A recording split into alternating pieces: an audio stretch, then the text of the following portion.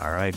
Big episode here today. We are surrounded by CEOs. We got Gene Marshall, CEO, founder of Vet Pay HCM, and then Anthony coming to us from Empower Business Strategies. It's an exciting month. It's an exciting month of July. Vet Pay HCM is launched. It's active. It's live. Let's start there, Gene. Tell us a little bit about Vet Pay. What's our mission? What are we trying to accomplish in the payroll and HCM space? Yeah, thanks, Jared. We cannot be happier. We're more excited what we bring it here at Vet Pay. I come from 12 years in the payroll industry with one of the biggest payroll companies, on probably 3,000 clients over the years. And as you know, Jared and Anthony as well, clients really struggle with customer service. And these larger companies just really can't meet the need of their clients. Payroll's payroll. Software can handle taxes, and things get paid.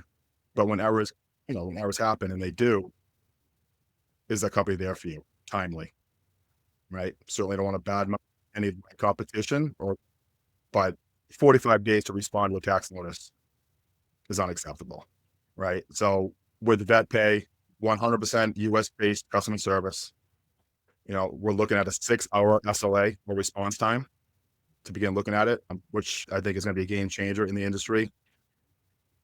And we also decided, Jared and I decided, let's go up the vertical. Let's be a niche, boutique, white glove payroll solution for the vet industry. And the feedback that we've gotten as we're rolling this out is overwhelming.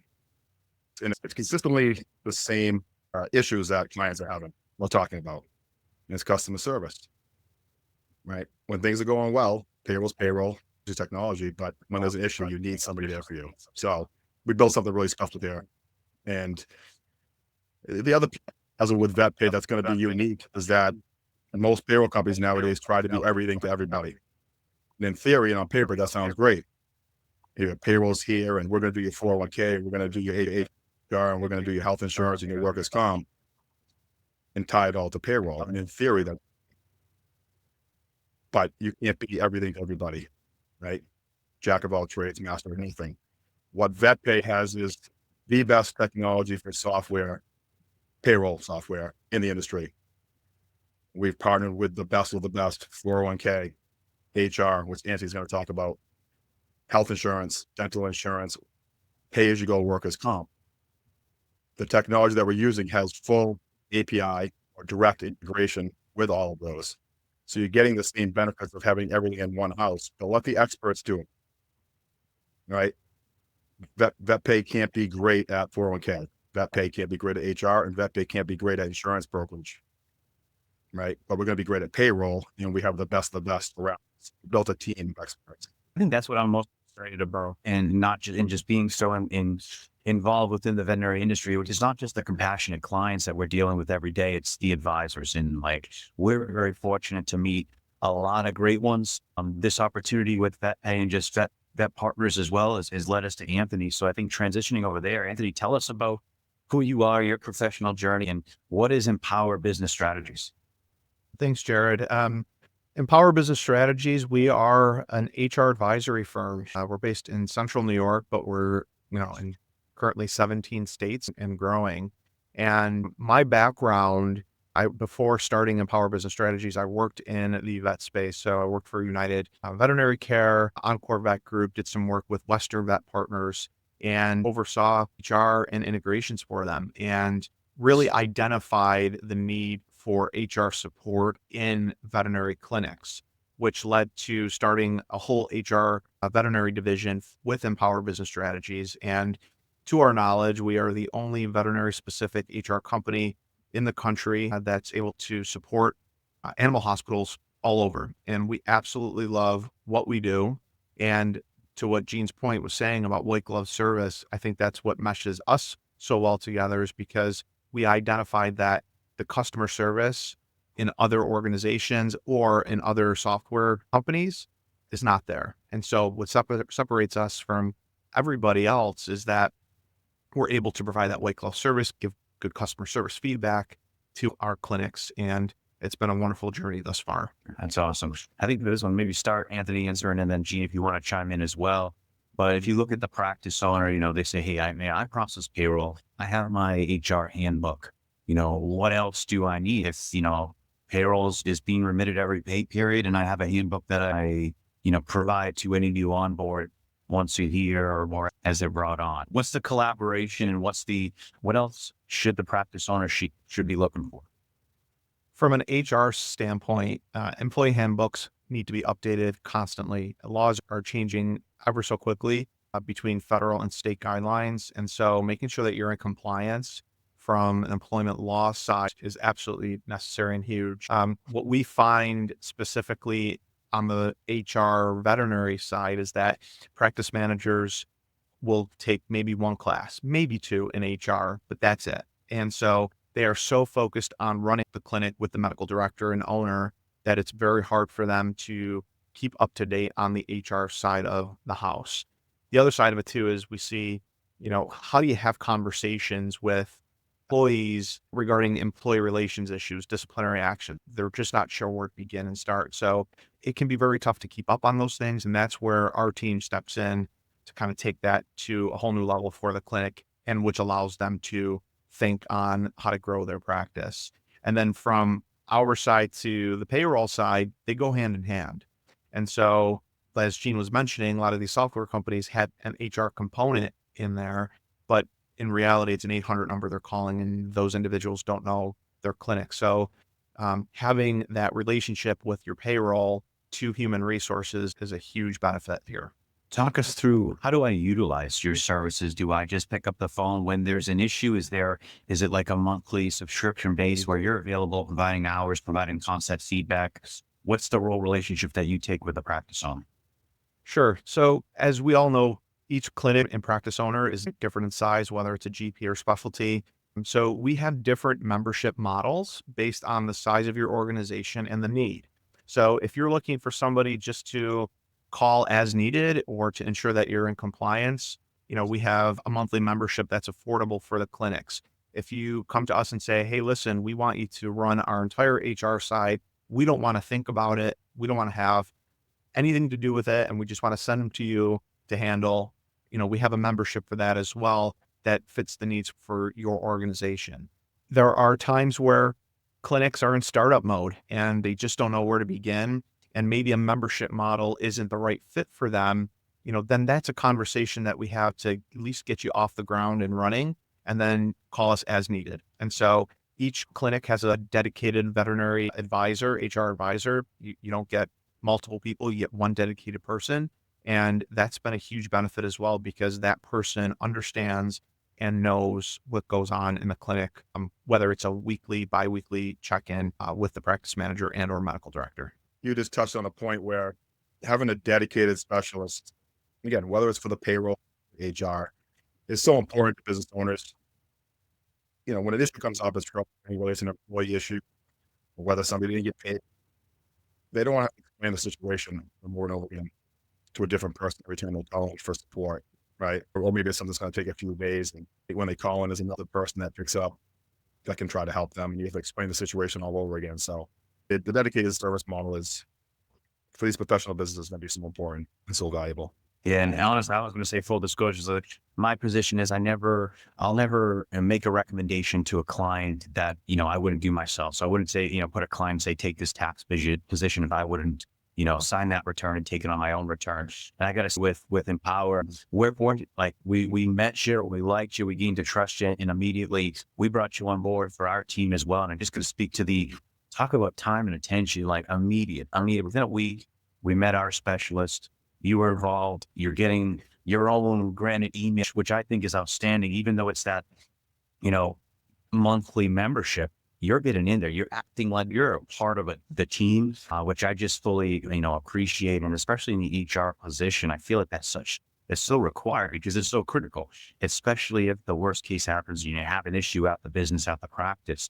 They have the trust and confidence that I have someone on my side that could handle it for me. I can still focus on running the business. It's so critical. Yeah, we really try to integrate ourselves into organizations because we don't want people feeling like they're calling a third party or, a person that doesn't care or understand the culture of the organization or clinic. So we find that having a dedicated email address and having those check-ins are so important just because it adds a feeling where everybody's part of one. And one of the other things too that I want to highlight just briefly is that we understand that clinics run 24/7, especially urgent care and specialty. And so we're just not an 8 to 5 operation. We are ensuring that if there is a need on the weekend or if there's a need at night where, a shift change might happen, we're there and we're there to support. So it's been really great thus far. And it's worked out very well. Talk to us. We all like to hear the goods, but then, talk us through some pitfalls both of you have seen, maybe starting with Anthony and sliding to Gene, whether it's HR, whether it's payroll, whether it's the integration of payroll and HR. In your experiences over the course of your careers, what are one or two pitfalls that have stuck out where a practice owner or business, thought they had something where they didn't, or mismanagement, or any issues that we can, highlight today to hope to not have the listener experience on their own? First, and I think this will be a good segue into payroll and technology here, is compliance when onboarding somebody. And we find that paperwork is not correct or not the correct paperwork is there, from an I-9, having an I-9 filled out correctly, tax forms, depending on states that you're in, having that initial paperwork is huge. And then it goes into the compliance side, ensuring that people are in compliance with what is required based on state and federal laws. And so we typically find when we go in and do an HR audit that most of the time they're not in compliance or they're missing something that they need to fix long term. And I think that this partnership that we have with Vet Pay HCM is going to help mitigate those risks long term, because we'll then look to the system itself to help with some of efficiency processes, electronic onboarding, making sure we have the right paperwork in place, working with Gene, your team, on ensuring that payroll is in compliance going forward. So I just think it makes a lot of sense long term. Yeah, I mean, if I could piggyback on, in my experience, and I never want to badmouth, and I'm pretty adamant about my process and not bad mouthing my competition. But the difference between Vet Pay and some of the other payroll companies is we're not looking to make sure we get your payroll in by the end of the month or the end of the quarter to hit some sort of a goal. That's not the goal of Vet Pay, right? This is a long-term plan. We want Vet Pay to be the final home for payroll, right? For HCM, for human capital management, for our clients, whether it's a startup or somebody that's coming over from one of the different payrolls. What I've seen though is on the setup process, if we're rushing to get payroll processed to get them as a new client, that's when mistakes happen. Like, let's not worry about it. Let's get the agency numbers for the different states later. No big deal. It is a big deal. So Vet Pay is going to do things right. And if that's a slow process, that's a slow process, because there's no need to rush a payroll. And what Anthony said is having the ability to have access to our system, experience with our system is going to help to ensure everything's set up in compliance before that first payroll processes. That's going to be a game changer. And I guess talking through that integration, I'm a new practice owner. My desk is full of papers and I got everything bouncing around. I'm trying to hire employees. I'm managing a bank and all of the expectations that I have. You mentioned an I-9, you mentioned W-4. How do those feed into the same platform, or do they live independently in different folder systems? Is there kind of a hub for all of the people management? So I know when I, hired key dates like birthdays, a date of hire, I want to give a little bit of an work anniversary gift. Are these independent platforms, or because of the partnership collaboration, it can live under one umbrella for me as the practice owner? I would say because of the partnership collaboration, they can live under one platform. And that's where, Gene and myself and our teams will come together and say, where does this make sense to ensure that it's one system for the clinics to look at? I think prior to, and maybe Gene can touch on the implementation side, but prior to implementing a payroll system, is that you want to ensure that your current paperwork or whatever payroll system that you may or may not be using is as accurate as possible before transitioning all the information into a new system. So, making sure that the paperwork is correct. And then once the new system is implemented, uploading your existing documentation into the new system. And then Gene, I don't know if you want to touch on, where that lives or how that would run on your end. Yeah, one of the goals or expectations that we're going to do with my implementation team and my clients and success manager is bringing over the data from our payroll company, or if it's a startup, mix it up, and spending the time reviewing everything. Right? We're not going to set everything up, send Anthony a link and say, "Hey, you're good to go. Go ahead and hey, Anthony, payroll's running next week. Find 30 minutes, an hour, and go through that and verify everything." Right. So I think it keeps going back to taking the time to do things right from the beginning and not being proactive, not reactive. It's huge. That's huge. I think everyone's gravitating towards technology nowadays, right? But I'm just a big believer in human touch and in the relationship and yeah, sure, leveraging technology. If you say, come practice owner, hey, I tossed my handbook in ChatGPT and I think I'm good to go. And have you seen that too? Would you have a pushback as to why that might not be the best situation, the best result for that practice owner? I'm laughing because just this morning I had an email from one of our clinics saying, well, the handbook came out great in Chat GPT. And I opened the very first page and it's completely wrong based on state. And so Chat GPT and AI is, yes, it's going to be the way of the world. It already is. And yes, we have to adapt to it. But when it comes down to standards, employment laws, and ensuring that things are correct, you want somebody who understands what is needed in your organization. ChatGPT doesn't understand that, right? So yes, to answer your question, yes, we're finding that people are putting even existing handbooks into an AI database and, asking it to update it and it's all wrong. So, I think technology is huge. I think technology helps from, again, a payroll management, HR management, from employee documentation side, having a good system in place is so important. But when it comes down to that human aspect, that touch, that conversation, that still needs to happen. And in my opinion, AI can't replace that. And so that's where you're still going to need an actual human being to have those conversations, whatever topic it may be. Absolutely. We started talking a lot about like the goods, like the we're hiring new employees, we're building out, enhancing our handbook. Let's focus on the negatives because we're all business owners here. We've all had performance reviews that didn't go so well. We've all had to make, unfortunately, firing decisions. Anthony, what role, if any, do you play in that specific aspect of the practice, with the uncomfortable conversations that you're going to eventually have in practice ownership? Sure. So we will go based on the comfort level of the practice. So if we have a practice manager or a medical director that comes to us and says, listen, I have an employee that's not performing well. We've had multiple conversations. We look into what do those conversations look like? What type of documentation has been done, if any has been done to that point. And then we will actually participate in that conversation as the HR representative for the hospital. So the practice managers and medical directors are not alone in that aspect. And so we not only participate, but if the practice says, no, we don't want HR there, we don't want it to be so essentially overpowering from an HR side, we will provide guidance and direction to the practice manager on how to handle difficult conversations. We do a ton of those trainings all the time in clinics, and it has worked out really well.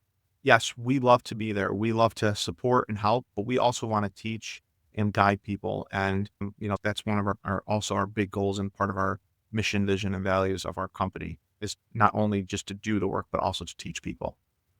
That's huge. That's huge because we always talk about this. Business is the roller coaster, right? The ups are great, but the downs, the negatives to those types of difficult conversations. So like if we're going through one of those performance reviews and under practice owner, everything I would assume should be documented, correct? Like some form of sign off, like even the good stuff, some form of here's what we talked about, here's where the review is. Should that be on paper or is that all verbal? That all should be on paper. And so having that documentation is very important. We always go to the extreme worst that, if your clinic was sued over a wrongful termination, the first thing an employment attorney is going to ask is, where's the documentation? And then we get kickback to say, well, our state is at will, so we can just fire anytime. Not necessarily. Yes, you're an at will employer, but if an employee feels that they were terminated wrongfully, an employment attorney is going to ask, where's the documentation? So some of the things, and from a high level overview, we say, have the verbal conversation, but always follow up with an email to that individual, just in bullet points. Well, that's a written. No, it's not. It's just highlighting things that you've talked about. If things still don't get better, then go to a written warning, maybe a final warning, and then let's sit down and have a conversation about if termination is potentially on the table. But we want to ensure that we have all of our I's dotted and T's crossed when it comes down to employee relations issues. And again, we will work with the practice managers and medical directors to ensure that the documentation is clear, concise, and that there's a clear expectation of what's expected between the employee and the employer. I just think that's critical. Is that not just you're asking for the documents to be, forwarded so you can, be a file system for that practice owner, but you're coaching on the language, how to say certain things, the stress or what you're going to be feeling, reacting. I think a lot of us don't have that, like, especially if you're getting into practice ownership. You've never fired someone before because you're hiring for the first time. To have yet support system, I think it's needed. Because I would assume there's a lot of issues that you see arise with, not wrongful termination, but termination done the wrong way, where it should have been followed by a better process. That's correct. Or termination happens way too late. And what I mean by that is there was an issue back in January, but now it's November and you want to terminate or hold somebody accountable for something that happened 11 months ago. That's too long of a process. So what are we doing during that time to ensure that it doesn't happen again? Or if it does, how do we appropriately document it? Let's get off the negative. Let's go back to, let's switch our life away here as we wrap up the episode. And let's go 2 to 3 years out. What are you both most excited about within your respective industries, whether it's technology, whether it's just continued growth or advancement? Is there one item or multiple items that you're most excited about, trends, anything like that the veterinary practice owner should focus on? I would say HR technology actually being the first. The technology portion is critical. Looking at workforce development and strategies, we all hear, right, all the time that can't find the right employees, or having trouble with recruitment and retention, and what does that look like? And it's more than just posting an ad out to a search engine or a job board. It's how do you be creative with that? And again, it all ties back into your technology that you're using, what type of benefit offerings that you have, looking at from a strategy side, from a fiscal, ensuring that you can afford certain things to attract top talent. That's one of the things that, at least for us, we want to hyper focus on in the next 2 to 3 years as we continue to work with our clinics and working with Vet Pay HCM. I think in 2 or 3 years, we're going to look back and wonder why somebody didn't create something like this in the past, right? I truly believe we built something very special here. I'm looking forward to attending the trade shows, right, alongside Granite Peak and talking about what we built here. We keep talking about technology, and technology drives everything. Technology is very important. It's people. It all comes down to the people, right? Like Jared said a couple of times, or I've even said it, when things are going well and clients are processing their payroll, employees are getting paid, everything's great. But when it's not, who's there for you, right? So we 100% US based, very experienced here at Vet Pay. And equally important is the partners that we've developed around here to really emphasize the human capital management solution, right? And we're going to be scalable. Already working with quite a few startups, right? They're going to need some HR help. Maybe retirement and benefits are not important just yet, right? Payroll and HR is important, but eventually, as they're trying to recruit as well as retain, they're going to start looking at the benefits. And we think we have the best in the business, fully integrated solutions. So I agree. And certainly, selfishly being a numbers guy, as this partnership continues to evolve and change, I think just the analytics that are going to be housed collectively when you start to think of adding on 100, 200, 300 veterinary practices to this platform, you really start to see trends of turnover rates, overtime, your wage spans per geography get extremely tight. Then these are all data that we can pull and push out to the practice owners to make much, much more informed decisions. So we start wishing a life away. I personally excited to go 24, 36 months out, now have that data at our fingertips. I think that's going to be extremely invaluable to this industry, because we're seeing it's a slowdown, which is okay. It's normal. The revenue growth isn't there. The focus on the numbers, the focus on the profitability to avoid margin compression. I think people cost being one of the biggest, is not the biggest, expenses with your income statement, making sure that those numbers are spot on, that you're paying well, you're retaining well, you have the right team around you. So I'm excited here to have multiple episodes together with Eugene and Anthony, and to really have this partnership take off. So I appreciate the time today, and excited for what the future has in store for our collective teams here. Same here. Thank you. Absolutely. All right. See you guys. Thank you both. Thanks.